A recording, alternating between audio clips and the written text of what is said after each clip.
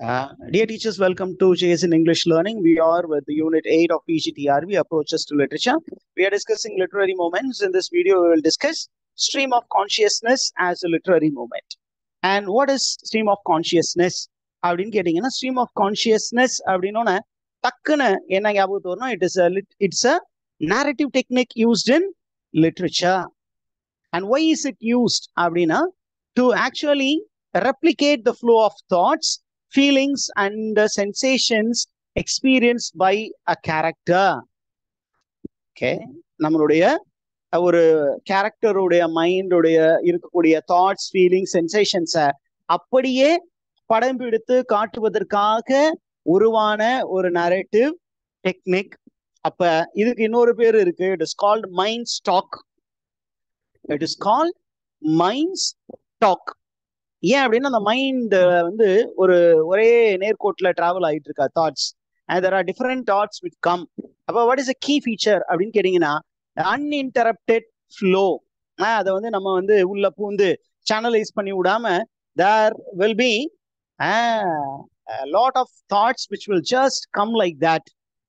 And then there is something very important like interior monologue. ஒரு மைண்டுக்குள்ளார ஒரு எப்பொழுதுமே தனியான ஒரு டயலாக் போயிட்டு இருக்கும். அந்த டயலாக் எதனால அப்படின்னா it is one's own emotions are memories are perception how we look at things, and then associations without clear distinction between past, present, future. இந்த மாதிரி டைம் எல்லாம் அங்க கிடையாது நம்முடைய மைண்டுக்குள்ளார. நம்ம திடீர்னு என்ன நினைப்போம், நாளைக்கு என்ன நடக்கும்னு பார்ப்போம், ஒரு 10 வருஷத்துக்கு அப்புறம் எப்படி இருக்கும்னு பார்ப்போம். திடீர்னு சின்ன குழந்தையில அப்புறம் நேத்து நடந்தது இப்போ நடந்துகிட்டு இருக்கும் போதே இதெல்லாம் ஓடிட்டு இருக்கும். That is called inner monologue. அதற்கப்புறம் it emphasises on subjective experience of the character. சப்ஜெக்டிவ்னா ஒன்றும் இல்லை, பர்சனல் எக்ஸ்பீரியன்ஸ். சரி, இந்த டெக்னிக்கை அதிகப்படியா யூஸ் பண்ண ரைட்டர்ஸ் யாரு அப்படின்னு கேட்டீங்கன்னா ரொம்ப சிம்பிளா அப்படியே சொல்லிட்டு போயிடலாம். One is James Joyce and the representative workers, அவருடைய நாவல் யுலிசஸ். அதுக்கப்புறம் வெர்ஜினியா வுல்ஃப் ஏற்கனவே பார்த்துட்டோம். She has used this narrative technique in Mrs. Dalloway and To the Lighthouse. அதுக்கப்புறம் William Faulkner used a stream of consciousness in his novel The Sound and the Fury. இந்த Sound and the Fury அப்படிங்கிற நாவல் நமக்கு டக்குன்னு சொன்னோன்னே ஒரு ஷேக்ஸ்பியருடைய work ஞாபகம் வரணும். What is that work? மேக்பெத்ல மிராண்டாவுடைய அட்டரன்ஸ் பிரேவ் அப்படி சே சாரி மேக்பெத்தா வரும். Yes, sir. What is the famous quote? அது டெம்பஸ்ட் வந்து Brave New World. நானே கன்ஃபியூஸ் ஆயிட்டேன். Life is a tale told by an idiot, full of sound and fury, signifying nothing. Beautiful. Macbeth சொல்லக்கூடிய அந்த definition of life. Life is a tale told by an idiot, full of sound and fury, signifying nothing. What is the use of this life? அப்படின்னு சொல்ற மாதிரி that presents the complexity of human mind. அதை சொல்றதுக்கு use பண்ணக்கூடிய அந்த term அப்ப ஷேக்ஸ்பியர்ட்ட இருந்து borrow பண்ணி ஒரு நாவலுக்கு டைட்டில் வச்சிருக்காரு. அதற்கப்புறம் மார்சல் ப்ரௌஸ்டுடைய ஒரு ஃபேமஸான ஒர்க், அண்ட் அந்த ஒர்க்குடைய டைட்டில் வந்து in search of lost time, and it is also known by another title. What is the title அப்படின்னா remembrance of things past, where Marcel Proust uses stream of consciousness to expand memory, to expand time and the intricacies of human experience. Okay, இதுதான் நமக்கு ரொம்ப முக்கியம். And இந்த மூமெண்ட்டையும் நம்ம பார்த்துட்டோம். Now we are moving into the next moment. The next moment is called the Black Mountain Poets. Okay, Black Mountain Poets. இப்போ பிரிட்டன்ல இருந்து நம்ம அமெரிக்காவுக்கு ஃபிளைட் எடுத்து டிராவல் பண்ணி போறோம். In a metaphysical plane, Black Mountain Poets is a group of radical poets, avant-garde poets. Avant-garde na radical poets. They were associated with a college. ஒரு காலேஜ்ல இருந்து தான் அவங்களுக்கு பேர் வருது. ஏன் பிளாக் மவுண்டன்னா பிளாக்கா கலர்ல இருந்த மவுண்டன்ல இருந்தாங்களா அப்படின்னா இல்ல. They were associated with Black Mountain College, which is situated in North Carolina. North கரோலினால இருந்த பிளாக் மவுண்டன் காலேஜ்ல ஒருவேளை படித்தவர்களா இருக்கலாம் அல்லது ஒர்க் பண்ணவர்களாக இருக்கலாம். They were very much active in the mid 20th century. What were they known for? அப்படின்னா they were known for their experimental approach to poetry. அவங்க experiment பண்ணாங்க. What did they experiment with? They experimented with new poetic forms.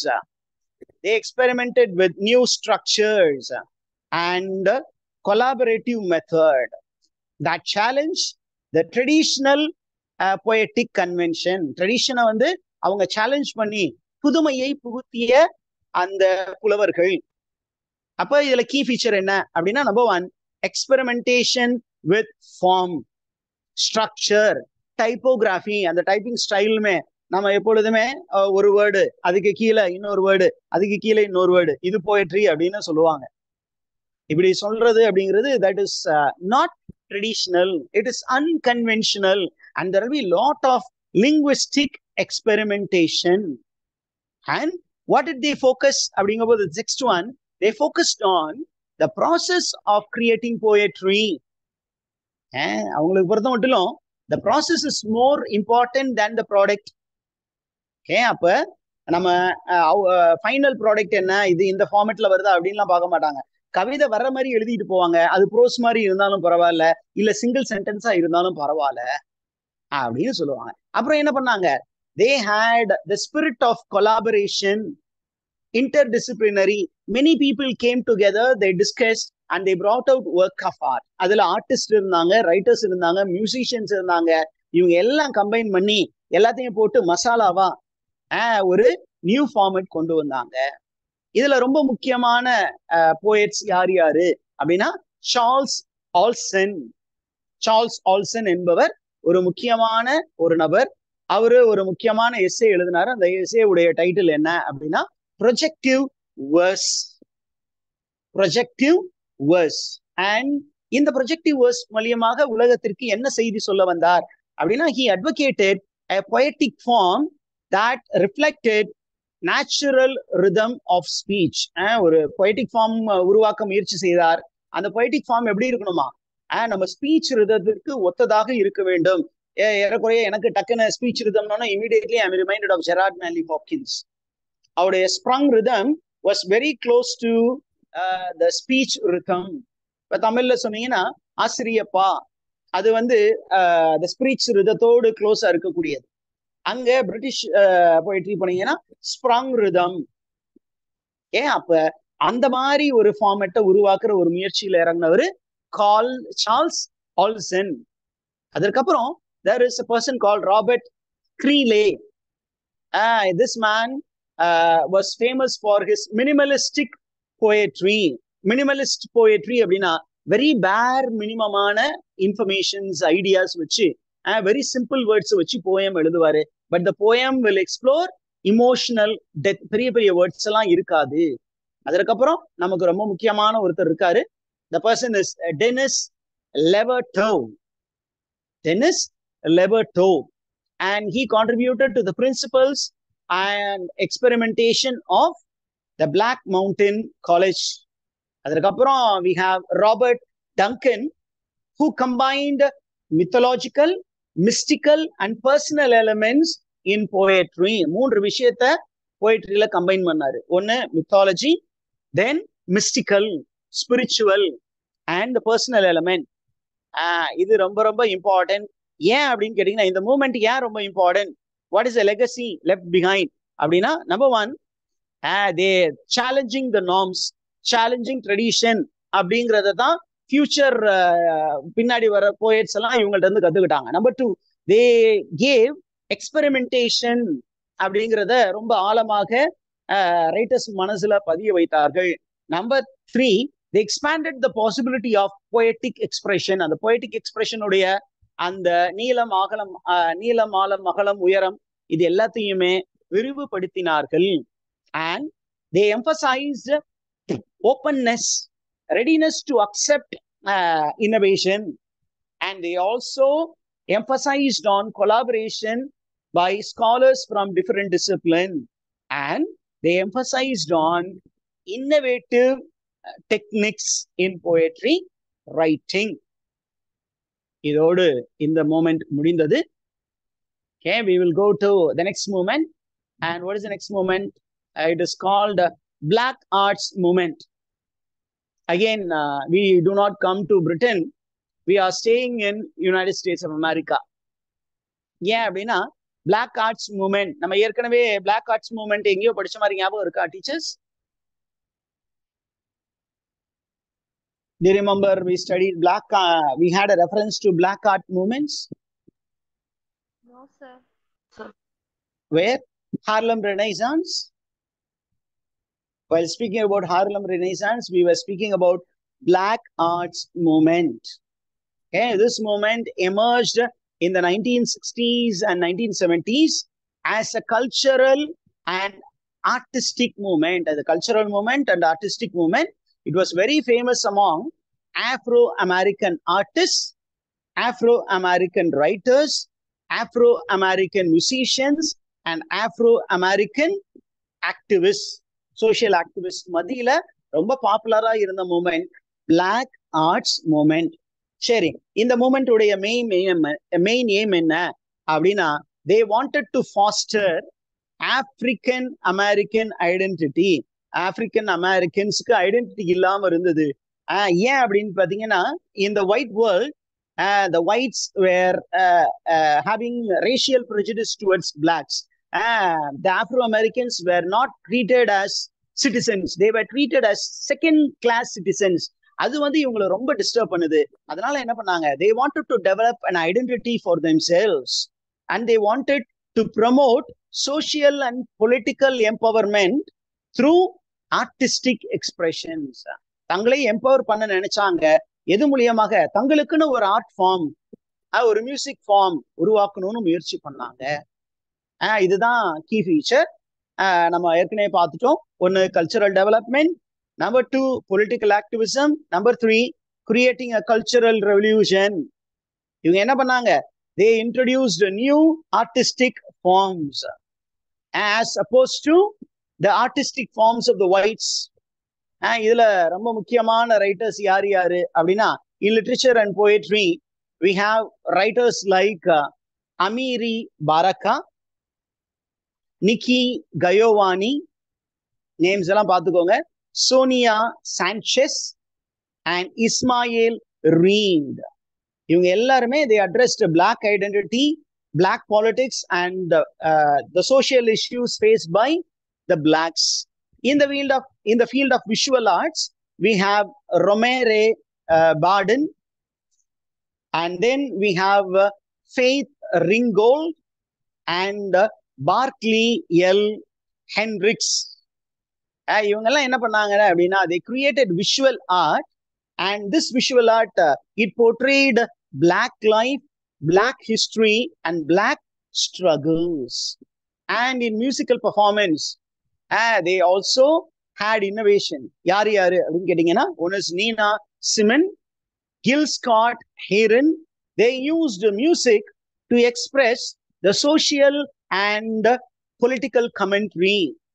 அதற்காக என்ன பண்ணாங்க, மியூசிக்கை use பண்ணாங்க. they wanted to comment on the social injustice, political injustice, and இதுதான் ரொம்ப பெரிய contribution.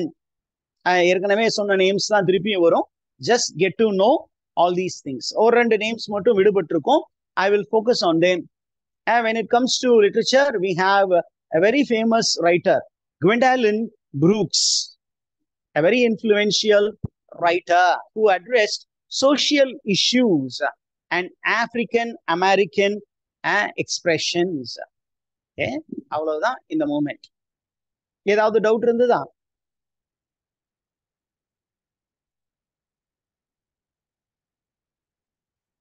Teachers, do you have any doubts there? No, sir. No. Okay.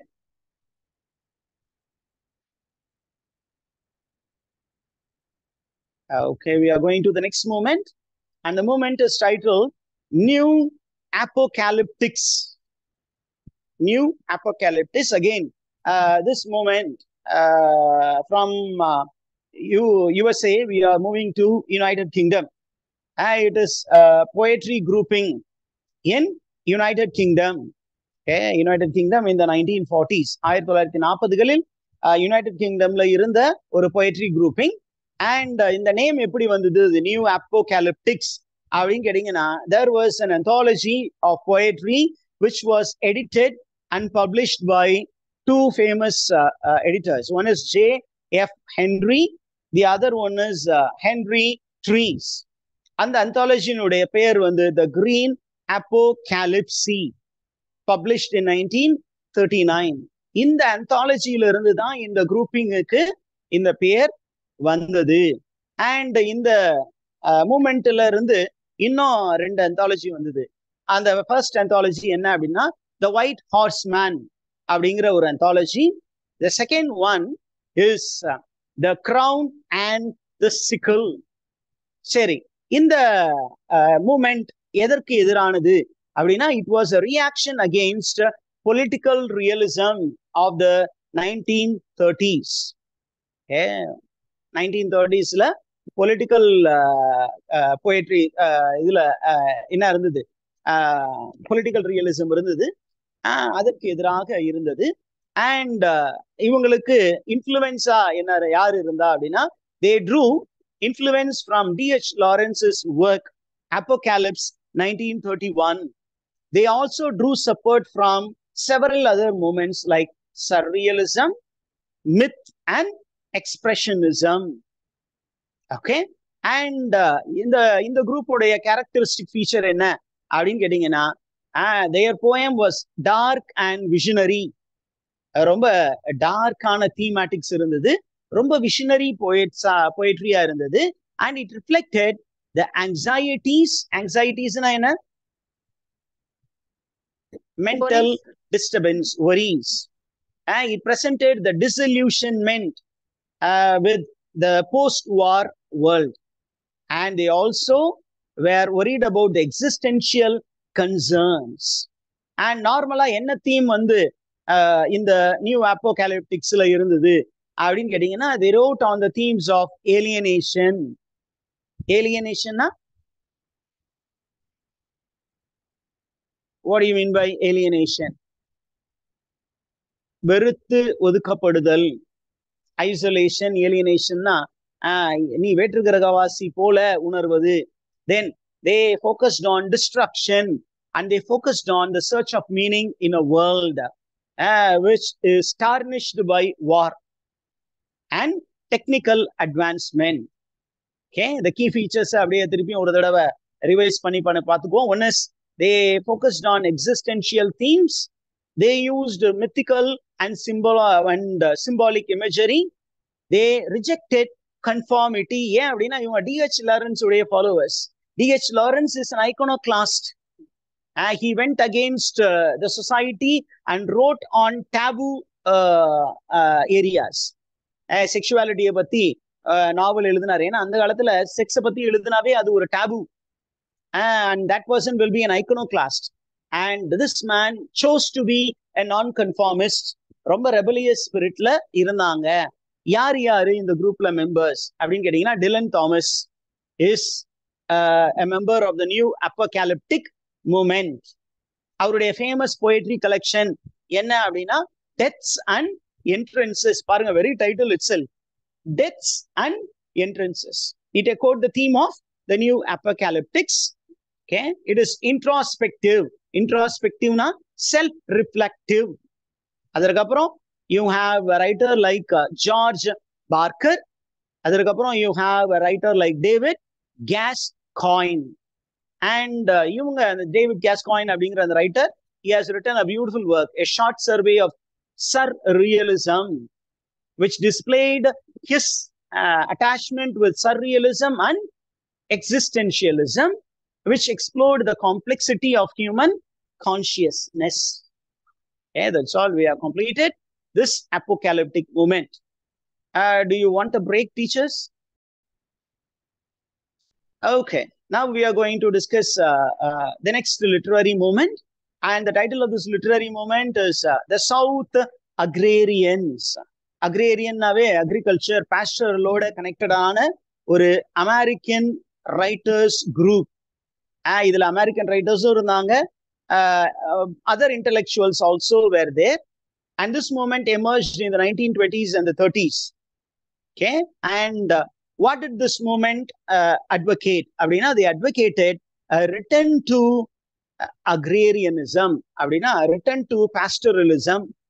They wanted people to return to the southern values in response to the social and economical change which was brought about by industrialization and urbanization. There was industrialization in the நிறைய industries வந்துச்சு and நிறைய city development வந்தது. அப்ப என்ன சொன்னாங்க, நம்ம we have to get back to our roots, we have to get back to nature, and we have to get back to the previous values அப்படின்னு சொல்லி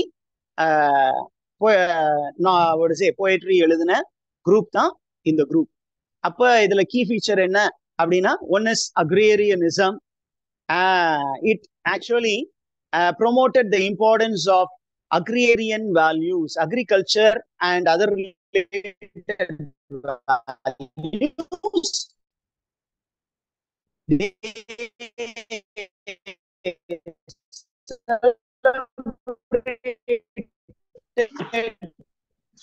Rural life and wanted people to return to the village and the society.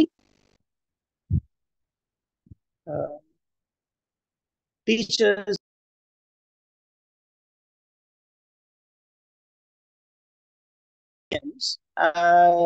this movement was a critique of industrialization. It was speaking about the negative effects of industrialization. It was speaking about the negative effect of consumerism, and it was against modern capitalism.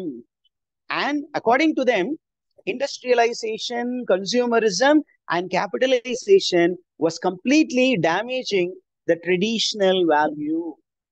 It was disturbing the local economies, and it was damaging the community values of the Southerners. And they also felt that there is a cultural conservation. They wanted to conserve the culture of the South. They wanted to celebrate the family values. They wanted to celebrate religious values. They wanted to celebrate the regional tradition and custom.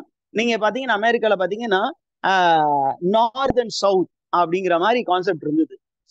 And north was more industrial and south was not so. It was not much developed. அப்ப இந்த பக்கத்துல நிறைய value இருந்தது, அந்த பக்கத்துல there was erosion of value, and that was slowly creeping into the south. அதனால இந்த writers, they were tempted to write poem like that.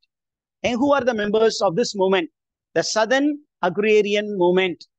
அதுல இருந்த ரைட்டர்ஸ் யாரு அப்படின்னா, you have a very famous poet, Robert Penn Warren. Robert Penn Warren, இவங்க எல்லாமே new கிரிட்டிசிசத்துல வருவாங்க. இவங்க பாத்தீங்கன்னா he co-authored influential manifesto, Southerners manifesto. It is titled I Will Take My Stand, okay, which championed agrarianism, and he presented agrarianism as a problem to the problems that existed in the society, which is caused by industrial capitalism. And அந்த ஒரு manifesto anthology, அதுல பாத்தீங்கன்னா contributing essay கொடுத்த ஒரு writer Allen Tate. He is also a critic. Do you remember what is the work written by Alan Tate which is prescribed Tension in Poetry? Tension in Poetry. அதற்கு அப்புறம் John grow ransom. யார் இவரு? Again a new critic, am I right? Yes, sir. Yes, sir. He wrote a very famous essay in the collection I Will Take My Stand, and that essay is reconstruction but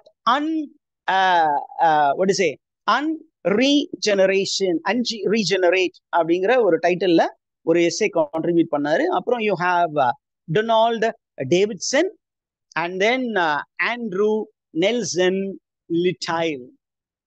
You also have Henry Clarence Nixon, then Lily H. Lanier, and then Stark Young, Frank Lawrence Owsley. அப்படிங்கிற இந்த ரைட்டர்ஸும் அந்த மூமெண்ட்ஸ்ல ஒரு members. அப்படி பார்த்துட்டோம். Now we move on to the next movement, Dadaism. What is Dadaism? அப்படின்னு பார்த்தீங்கன்னா, this movement is again avant-garde movement. Avant-garde movementனா என்னன்னு சொன்னோம்? Radical, very, very radical thinkers. And it is an art movement which was very popular in the early 20th century, particularly during World War I. And this movement was very popular in European cities like Zurich, Berlin, New York, and Paris. இப்போ பல European சிட்டிஸ்ல ரொம்ப ஃபேமஸா இருந்தது. இப்போ Dadaist என்ன பண்ணாங்க? The followers of Dadaism, they rejected conventional art forms. இப்போ conventional art forms வந்து ஒரு ரவுண்டு ஃபேஸ் வந்து ஹியூமன் ஃபேஸ் வந்து ரவுண்டா இருக்கணும்னா இவங்க என்ன சொல்லுவாங்க? சர்க்கிள் இல்ல, ஸ்கொயர், ரெக்டாங்கிள், டிஸார்டர்லி ஃபார்ம்ஸ், அந்த மாதிரி விஷயங்களை இவங்க பிரசன்ட் பண்ணுவாங்க. What is the key feature and what is the objective? Dadaism rejected traditional artistic techniques. Okay, and they believe that the social constructs and cultural norms that led to the war were also reflected in art. இந்த வார் வந்து என்ன பண்ணுச்சு அப்படின்னா, it distracted the social structure and cultural norm. அதை அப்படியே என்ன பண்ணாங்க? ஆர்ட்லயும் reflect பண்ண பார்த்தாங்க. அப்ப நிறைய மெய்ம்டு பாடிஸ், டிஸ்ஃபிகர்டு பாடிஸ் எல்லாம் இவங்களுடைய ஆர்ட்ல வந்தது. Okay, and then they used absurdity and nihilism in art. Absurdity அப்படின்னா there is no logic, there is no particular connectivity, there is random art, there is chaos, there is nonsense, there is irrationality in art. இப்ப தலை வந்து காலுக்கு கீழே அந்த மாதிரி எல்லாம் present பண்ணியிருப்பாங்க. இந்த கால் எல்லாத்தையும் கண்ணாப்பண்ணான்னு வெட்டு போட்டு பாடி எல்லாம் ஒரு மனுஷனுக்கு வாலு வேற மாதிரி விஷயங்கள்லாம் வச்சிருப்பாங்க. இந்த மாதிரி அப்சர்ட் அண்ட் நிஹிலிஸ்டிக் நத்திங்னஸ், அது ஒண்ணுமே பார்த்தா நமக்கு புரியாது. அந்த மாதிரி they wanted to present the condition created by war. And their art form was very, very provocative. It instigated the audience. It challenged the societal values and the role of art in a world which is torn apart by war and social upheaval. And இவங்க பாத்தீங்கன்னா என்ன பண்ணிட்டு இருந்தாங்க அப்படின்னா, they were trying to present an everyday object as it is. சரி, யாரு sir Dadaism அதை follow பண்ண ஆர்டிஸ்ட் யாரு அப்படின்னா, the following. One is Tristan Tzara. இந்த நேம் தான் அடிக்கடி வருது, Tristan Tzara. This is often asked in competitive exam. One of the representative artists. Then Hugo Ball, Marcel Duchamp, Hans Arp, Sophie Haber-Arp, and Kurt Schwitters. These are the members of Dadaism. Okay, teacher. Okay, teachers, we are with existentialism. Existentialism was basically a philosophical movement. தொடக்கத்துல அது வந்து ஒரு philosophical movementா இருந்தது. அது it emerged in late 19th and early 20th century. Where did it emerge அப்படின்னா, it emerged in Europe. And the main focus of this movement என்ன, the philosophical movement உடைய main focus என்ன அப்படின்னு பார்த்தீங்கன்னா, it focused on the individual's existence, individual's freedom and responsibility, and it also focused on the search of meaning in a meaningless world. Philosophical movement தான். And இந்த moment வந்து இந்த விஷயங்களை எல்லாம் எக்ஸ்ப்ளோர் பண்ணுச்சு. அண்ட் என்ன ஆச்சு அப்படின்னா, the philosophers, they started questioning the very meaningless, the meaning of existence. What is existence in this world, in this war-torn world? Is there any meaning? What is the purpose of human existence? Or is there any value for human existence in this world? என்று பல கேள்விகளை அவர்கள் கேட்டார்கள். இதுல ரொம்ப பேசிக்கான டெனன்ஸ் என்ன, பேசிக் beliefs of existentialism என்ன அப்படின்னு கேட்டீங்கன்னா, நம்பர் 1, எக்ஸிஸ்டன்ஸ் ப்ரிசீட்ஸ் எசன்ஸ். நம்ம ஏற்கனவே இதுக்கு ஒரு அனாலஜி சொன்னோம் புரிஞ்சுக்கிறதுக்கு. It's pure philosophy. அந்த தத்துவங்கள்லாம் கொஞ்சம் நம்மளை கன்ஃபியூஸ் பண்ணோம். ஆனா நம்ம இதை புரிஞ்சுக்கிறதுக்கு ஏற்கனவே நம்ம சொன்னோம், முட்டை, கோழி. கோழி வந்து எக்ஸிஸ்டன்ஸ், முட்டை வந்து எசன்ஸ்.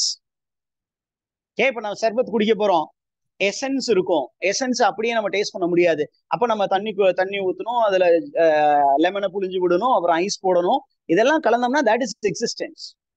அப்ப எசன்ஸ் ப்ரிசீட்ஸ் எக்ஸிஸ்டன்ஸ். ஆனா எக்ஸிஸ்டென்ஷியலிஸ்ட் என்ன சொன்னாங்கன்னா, இதெல்லாம் கிடையாது, எக்ஸிஸ்டன்ஸ் இஸ் பிஃபோர் எசன்ஸ் அப்படின்னு சொல்லி எக்ஸிஸ்டென்ஷியலிஸ்ட் பேசிக்கா என்ன பிலீவ் பண்ணாங்கன்னா, that individuals are born in this world without any meaning or without any purpose, and man is free to make his own choice.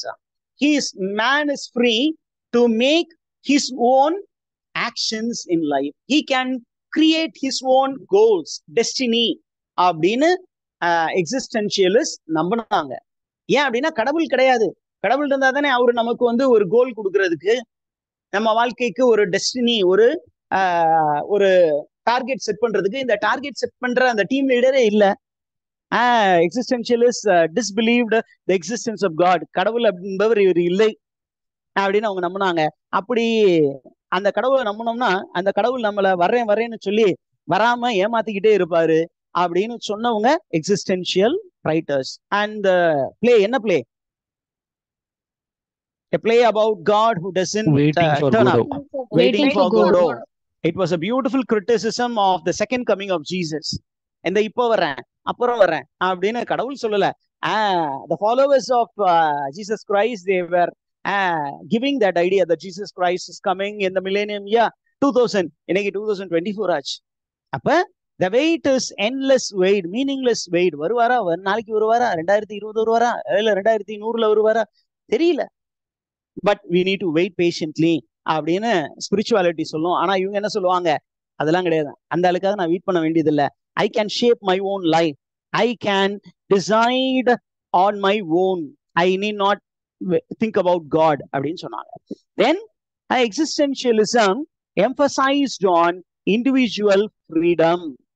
I am free to do what I want, but I have limited freedom.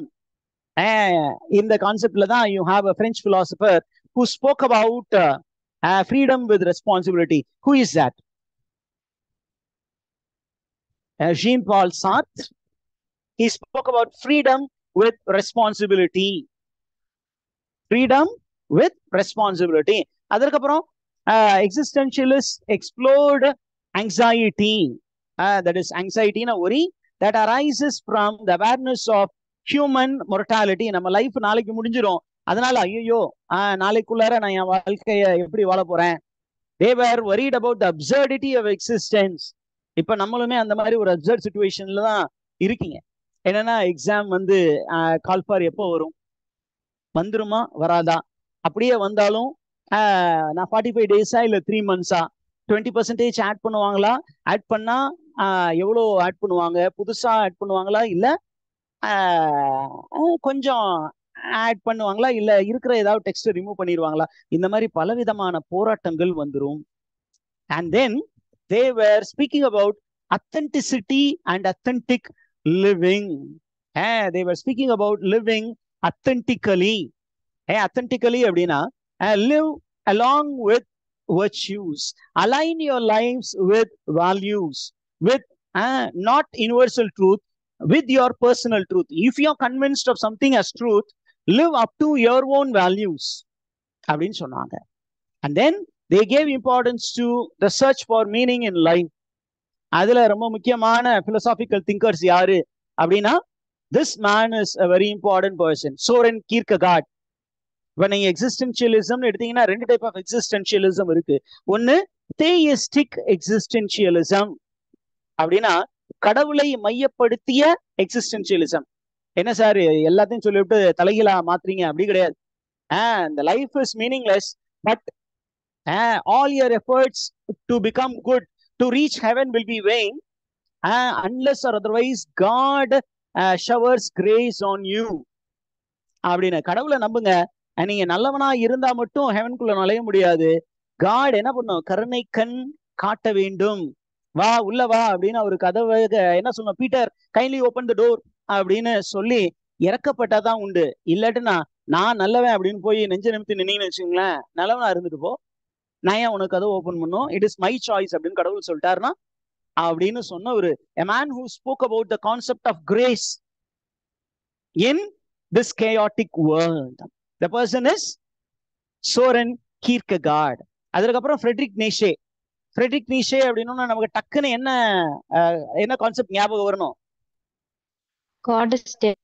God is deadன்னு ஒரு famous statement கொடுத்தாரு Frederick நீஷே. இவர் எந்த நாட்டை சேர்ந்தவர்? Germany. He was a German. Okay, he was a German.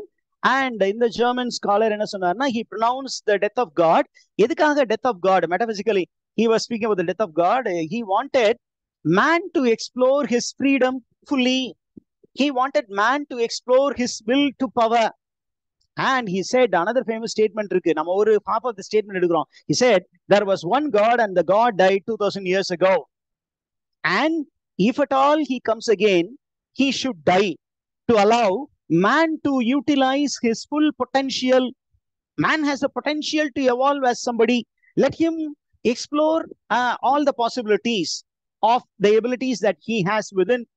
Let him be the shaper of his own destiny. அப்படின்னு சொன்னாரு.